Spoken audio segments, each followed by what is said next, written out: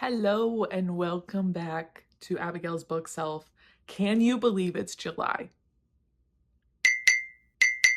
This year I feel like has gone the appropriate pace though. Even though I'm like, July? I feel like this is the first year that I can remember that I feel like has gone the way, like exactly the speed it should go. Anyway,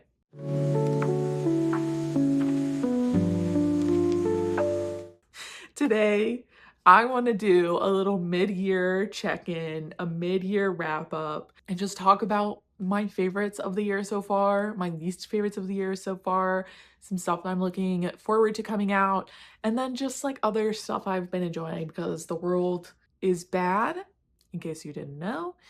And I just want to spend a little time with you sharing some some good stuff. This is not an official mid-year freak out, mostly because I'm not having a mid-year freak out. I'm having a mid-year, this is fine. But I'm also just kind of gonna talk about stuff off the top of the dome. It's gonna be improv. So I'm not following any particular list of prompts. We're just going for it, you know? We're just fucking going for it. At the beginning of the year, I talked about my reading goals for this year. The first one was to read one nonfiction per month, and the second one was to try to like slow down and read more intentionally. So my total goal was to read 52 books in 52 weeks. That was based on just slowing down, not making myself, try to read more than a book a week, because last year I tried to do 100 and it was too much and it burned me out. So this year, a book a week, that's a reasonable amount for my life. If I read more, I read more. I probably will read more. But that's the bar that I set. Checking in on those. Number one, the nonfiction is going really well.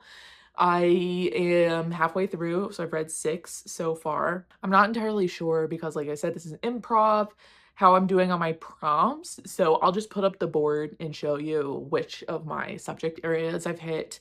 There are some subject areas that I have deliberately not read yet because the world is bad and it's hard to read about real things sometimes. That's why I've always liked to read fantasy, because I like to go away in books, you know? I cease to exist, the world ceases to exist, and we go someplace where our biggest problem is just a dragon, and not mass surveillance and deportation and genocide and etc. and so forth. So, that said, I'm trying to be intentional with my nonfiction choices as well, in a way that I am challenging myself. I am reading about stuff that maybe I don't know about, but I'm also not a glutton for punishment and reading stuff that I know is going to upset and depress me. So stay tuned on those other prompts that I've deliberately been avoiding to see how I can avoid being upset.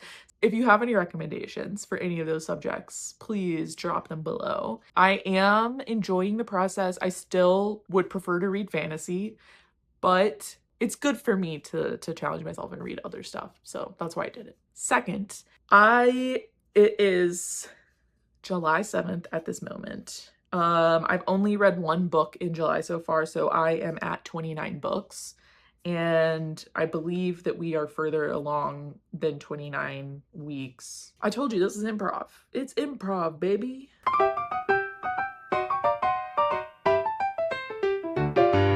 Calendar. Week numbers. Oh, we're on week 28. Oh, that's perfect. So at the end of last week, which was the last week of June, I was at 29 on week 27. I was on 20. Hang on. Last week, the end of June, halfway point of the year, I was on 29 books on the 27th week. So I'm two books ahead. Okay, I'm 2 books ahead. That's good. That gives me some cushion for a bad week. I have some stuff on my Kobo that I'm really excited about reading, so I imagine I will probably buff up a little bit this month before things get crazy in August, and then I'll go to the beach in September, and so hopefully read up more then. So I'm definitely expecting to be over 52, but I'm right on target right now, which feels really good. So that's a huge win. Huge win. Fun discovery we made together. See, this is why we do things improv, because you got to see that in the moment. Okay. moving on. So next, I just want to kind of talk about just some kind of superlatives about the best, the worst, the good, the bad, the ugly, all of that kind of stuff from some of the books that I read. I was thinking about doing like really detailed ones like characters, but I was like, girl, you can't remember character names. So I'm not going to do that. Instead, we're just going to keep this really generalized. I hope this is coming off as like fun and spontaneous and not harebrained and chaotic. Best book. My best reread, I have to stipulate between rereads and a new read. The best reread, you already know, it's She Who Became the Sun. Amazing fucking book. It's beautifully written, brilliantly paced. The enemies aspect is one of my favorite I've ever seen in fiction, and I'll die on that hill. That's the best reread. It's the best reread. It's so good. And to be fair, I didn't really reread that much. Actually, I don't think I reread anything else. So that one, I think I'll just let that one win by default. Yeah. Yeah, that's the only reread, but I have to I have to mention it because I love it so much. My favorite non-reread, best new read this year is going to be The Summer War by Naomi Novik. I'm reading through the Hugo novella nominations. I read through them back in the spring. I've never read Naomi Novik before. I read Naomi Novik, The Summer War. Fucking rocked my socks off. It was so good. It was beautiful prose. It was, you guys know I'm a snob. I keep saying this. I'm a snob about novellas. I am very picky. I love novellas. I will read almost any novella, but like I know how they work, and so I'm very particular about when they are not effective. This one was so fucking effective. It was so effective that I actually was like, I don't know how she did this. Like, there is fey magic, in fact, in this book, because the way that she was able to get so much detail, so many characters, all with like explored backstories and personalities into a novella, blew my fucking mind. It was so good. I literally read it in a couple of hours. It's novella, it's short. And just sat at my desk and cried for a little bit during my lunch break because what the fuck? It was beautiful. It was so moving. It was so touching. Just an amazing, amazing little novella. And no spoilers on the Hugo video, but I think maybe you're a smart individual and you can put together how that video will end up. Who I think deserves the Hugo. Worst book I read. Let's just right from the top to the bottom. Worst book I read. I'm again gonna do two here because I am making an effort into my nonfiction challenge, and I didn't do nonfiction for the first one because I have not read a nonfiction that I enjoyed that much to give it best. So the best is none. The worst is The Social Sex by Marianne Yalom. I think I talked about this book in one of my monthly wrap-up videos, but it was just such a stupid, ignorant, bad faith book. Allegedly about the history of female friendships in Western society. By the way, she didn't say that it was about Western women, and she didn't say that it was about white women, and she didn't say it was about white women with a lot of privilege who were very wealthy historically. But that's who she wrote about. And as you can probably ascertain, that's fucking boring. On top of that, she kept saying really disparaging stuff about women of color that I think was completely unnecessary and reprehensible behavior. And then on top of that, she further pushed my buttons by being just so fucking homophobic. And she thought she could get away with it by saying, by the way, I'm not talking about queer people, but she was talking about queer people, and fuck her. I just think it was a really ignorant and stupid book, and a historian should know better. And by the way, this was not an old book. This book came out in, I want to say, like 2017, maybe? Like fully should have known better, but it was just a really stupid fucking book, and I don't recommend you read it. Worst fiction book I read this year. I've already made a whole rant video about it, so probably if you're a fan of the channel, you know The Second Death of Locke by V.L. Bovalino. Bad book. It was just really tropey. It didn't make sense. It was very misogynistic. It fell into the old touch her and you die masculinity, toxic sludge.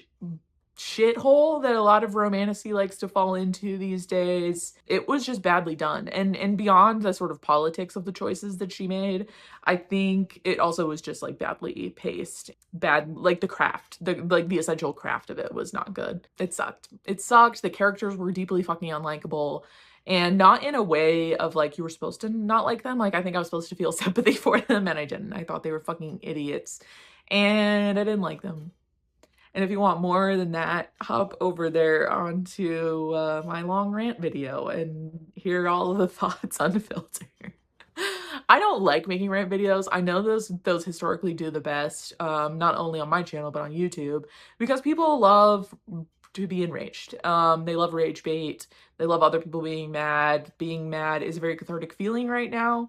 And I made the videos. So like I'm not, you know, knocking anyone who likes watching that kind of content, but I will say making that kind of content is very fun in the moment, but is not very fun long term. I would much rather spend my very limited free time to do this channel making videos about stuff that I love and celebrating good than making fun of people who I don't agree with. So that's just my personal philosophy. You didn't ask, as if you even care. That's all I'll say about it. Next up, the dark horse of the year so far. I'm gonna give it to The Curse of Callian by Lois McMaster Bujold because I was expecting it to be just kind of a classic fantasy romp, sword and sorcery style, and it was that, but it also surprisingly said a lot about gender that I was not expecting and was surprisingly heteronormative. What? I meant surprisingly queer normative. Homonormative? It was very queer normative. There were side characters who had queer relationships that were as valid as the straight relationships in terms of the society, and so that was fucking awesome. None of the main characters, and if I remember correctly, it was all gay men, but that is something about some kind of classic fantasy that I want to talk about in a later video, but for now, let us just let it rest on being surprisingly queer normative and surprisingly commentative on gender in a way that I did not expect and I found really intriguing to the point that I'm still thinking about it, and I read this book weeks ago. And yeah, it was awesome. It was really well written and it was very fun. It was very engaging. It was one that I wanted to stay up late and read, and it's been a really long time since I've had that impulse. So I'm just tired, okay? I'm a sleepy girl. I can't stay up and read like I used to. Well, lots of fun. 10 out of 10. Highly recommend. Lots of fun, lots of fun. Next up, biggest disappointment, in lieu of harping again on the second death of Locke. When you have a cover like that, it just really hurts my feelings when it's not a book that I love. So, and that's a me thing, but the first one I'll say was a big letdown was The Ballad of Slayers and Monsters. I wanted it to be more, and it wasn't. This is a self-published title, and I notoriously do not read self-published works because I have found in my personal experience, they are not as rigorously edited and developed as some books that make it to trad publishing. To be clear, trad publishing is a luck game. It is a nepotism game. It's not a meritocracy. Just because you get published, trad published does not mean your book is good, as evidenced by the second ballad or the second death of Locke.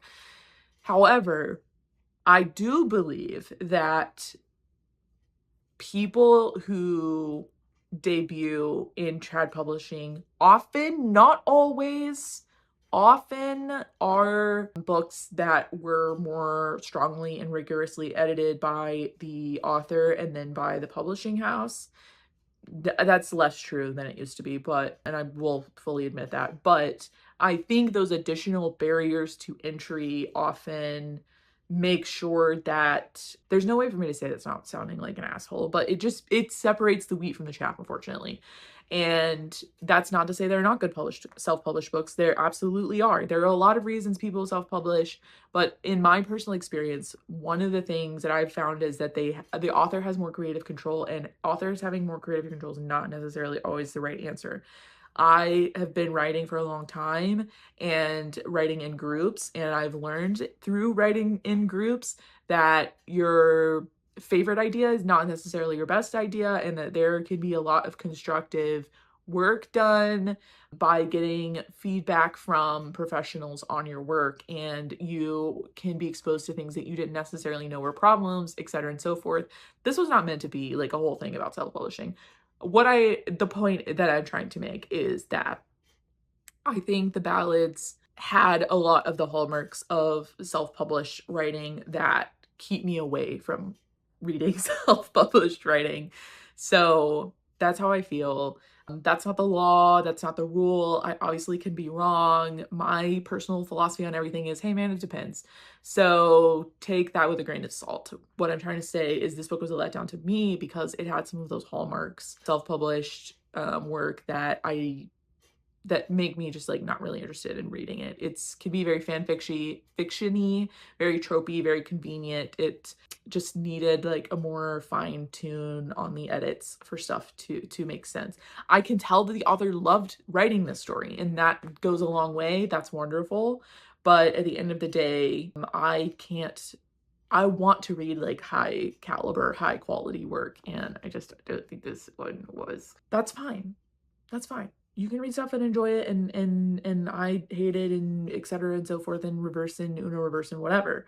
But that's just how I feel. And so I was disappointed that I didn't enjoy this book more. That's all I'm trying to say. I'm allowed to have that opinion. That's all I'm gonna kind of talk about for my review of the year so far. And going forward, let's talk about what I'm looking forward to. Here's what I need to say before we start this. I want to like dive into, and I mean this like spiritually, mentally, something I need to journal about.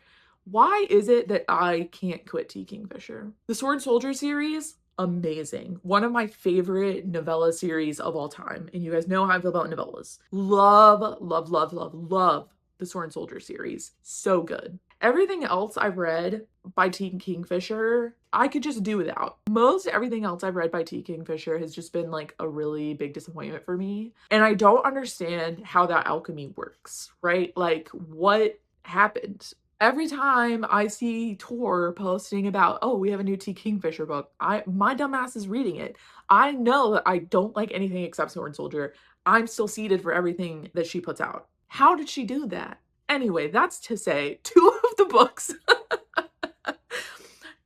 books on my upcoming releases are T. Kingfisher books. The book I'm looking forward to coming out in August is Daggerbound by T. Kingfisher. Second book on Sword Heart series. I don't know that you have to have read Sword Heart 1. I'll find out and report back to you. But this one is queer, and so that's why I want to read it. It is still man, unfortunately, but it is queer. So I will be reading it. I'm really excited for it. I think it'll be fun. I love Sword and Sorcery. I love Sword and Sorcery, and so I'm really excited to read that one. I would love for T. Kingfisher to do the right thing and find a way to convince me that I can read. I love all of her books. So it's a crazy thing to say. I didn't mean it like that, but it was funny when it came out, so we're just gonna leave it. Then the second T. Kingfisher book that I'm really looking forward to comes out in September, and it's the Asterion book. It is the Asterion book. I need this book yesterday, girl. I'm so excited. If T. Kingfisher manages to, and because Asterion's story is slightly more horror tilted, I am hoping that the vibes are much more like Sword Soldier than they are like the other stuff that she's written. But I hope it's in first person. Please be in first person. She writes in Asterion. Because I think, I'll say this. I love Baldur's Gate. And every time I play, I really try my best. Except for my first playthrough, I met Karlach for the first time and I said, that's for me. But unfortunately, every time I play, I can't resist. I literally, it's like fighting demons. I can't resist romancing Asterion. I just think he has such an interesting background. He's a vampire, so that's already going for him. I love vampires of any gender, apparently. His personality is just so quippy, and I like that he responds well to sort of morally gray choices. The characters who just like want you to be good, it's so fucking boring. Sorry, it is. I'm in my fantasy fun time. I want to be a little bit evil. And they don't like that. Asterian's down to clown. And so, you know, it's fun to play with him and get to make more ambiguous choices and see what happens. Because I think that's another kind of fun part is like you want to pick the character who's going to let you make the most fun choices in the game just to see what the hell it'll do. Asterian, his approval of you is easier to attain when you have that kind of play style. That's all to say. I'm really excited for this book. I hope it's as good as the Sworn Soldier books, fingers crossed. In October, guys, long awaited.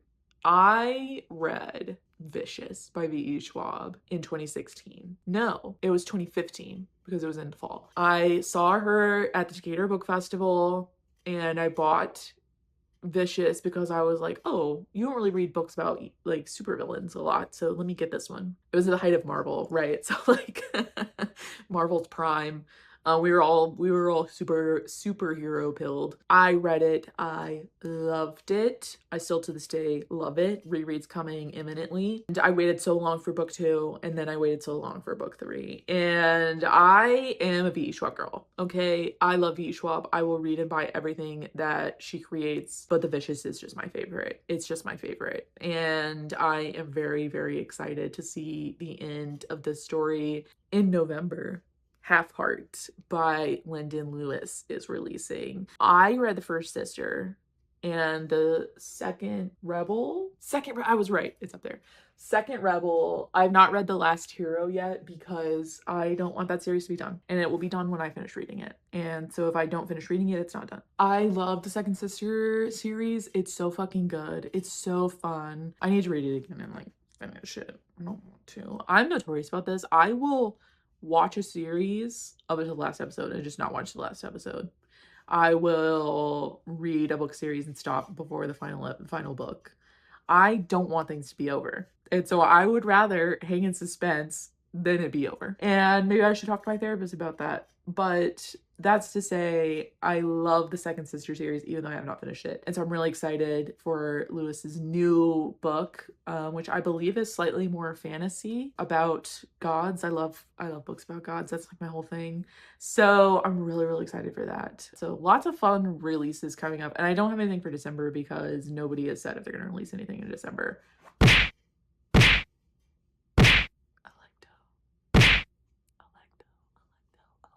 If you say it 3 times, it has to come true. And would I hold that book on my shelf for all time and die not having read it just because I don't want Getting in the Night to be over? Yeah, I would. Would I love for her to just keep slicing out parts of Alecto and just feeding me and have a 15,000 book series? Yeah, I would. I would love that because then it would never be over. I don't want things to be over.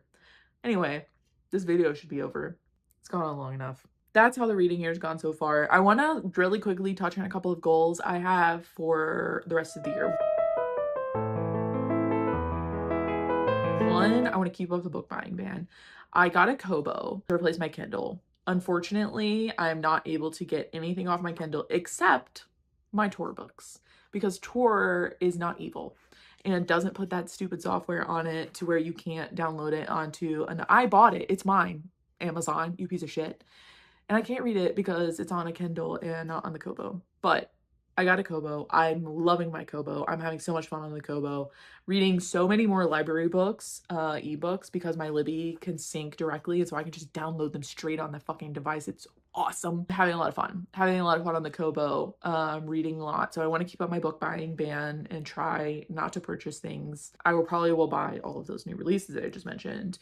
But 1 book a month is like, that's reasonable, right? That's number 1. We've got to clean up on the book buying. I actually have done really well this year. I have not bought that many books. I bought a couple, but not a ton. I think most of them were either mass market paperbacks or I bought them secondhand. So small wins. Definitely not buying at the speed that I used to buy it. The number two thing is I need to work on reading more authors of color very intentionally, because I am noticing that, especially when I go to the go to the physical library, I like to browse the new books section, and a lot of what I read comes off of there. I have gotten very lax about, I don't really pay that much attention to like authors' identities when I read books. I do actively seek out like new fantasy. Like I'm so tired of Lord of the Rings style fantasy, and so I like to go read fresh takes on fantasy, and that is coming a lot from authors of color and non-Western authors. That is happening. However, I do find that I'm very complacent and just will kind of read whatever is set in front of me, and I don't actively seek out, you know, more marginalized author voices, especially in terms of fantasy. And so that's something I want to be more intentional about in the rest of this year. I have a lot of books on my shelf that I need to read. I've never read Unbroken by C.L. Clark. Hey, fuck me, right? I should have read that years ago. I've had it for ages, never read it. I want to try to read that this fall. I want to finish the Jasmine Throne series. Again, I will read all the way up to the last book. I don't want it to be over, so I'm gonna finish those. I also have Isle in the Silver Sea by Tasha Suri that I also need to read. So I have stuff. Oh, I also want to read my last N.K. Jemisin series, which is actually I think one of her first series. Is it a thousand kingdoms? I can't remember. I think it's back here behind me. No, stupid. It's the Inheritance trilogy. The Inheritance trilogy. I read the first book, loved it, and I just didn't have the second book, but now the omnibus. So I want to read. I want to get to those. Wow, love that. So it's there. I'm just not being very intentional about making sure that I'm picking those things up as opposed to other, especially when I was on my like vintage fantasy kick. A lot of those, I was reading a lot of white authors. So I want to be more intentional about reading authors of color, especially in fantasy, because they're writing good shit and it's out there now, especially compared to, you know, how it was 10 to 20 years ago and longer. So I just need to be more intentional about doing that. So that's a goal that I have for the rest of this year. I think that's it. I think that's enough. So this is the end of my set. Hope you enjoyed this blabbering thing that I'm pretending to call improv. My hair is being insane today. She ain't the only one, Deepa. I'm gonna wrap this up here. I've slowly sunk deeper and deeper into my comfy chair. I hope you guys have a wonderful summer. I hope you guys have a wonderful rest of your year. If you have recommendations for stuff that I should read based on my goals, please put them in the comments. And I will see you next month for another reading wrap up. Hopefully I'll see you sooner than that with some videos that I've had in my Google Drive for way too long. But that's all from me. Have a wonderful evening wherever in the world you are, and I'll see you next time, okay? Bye.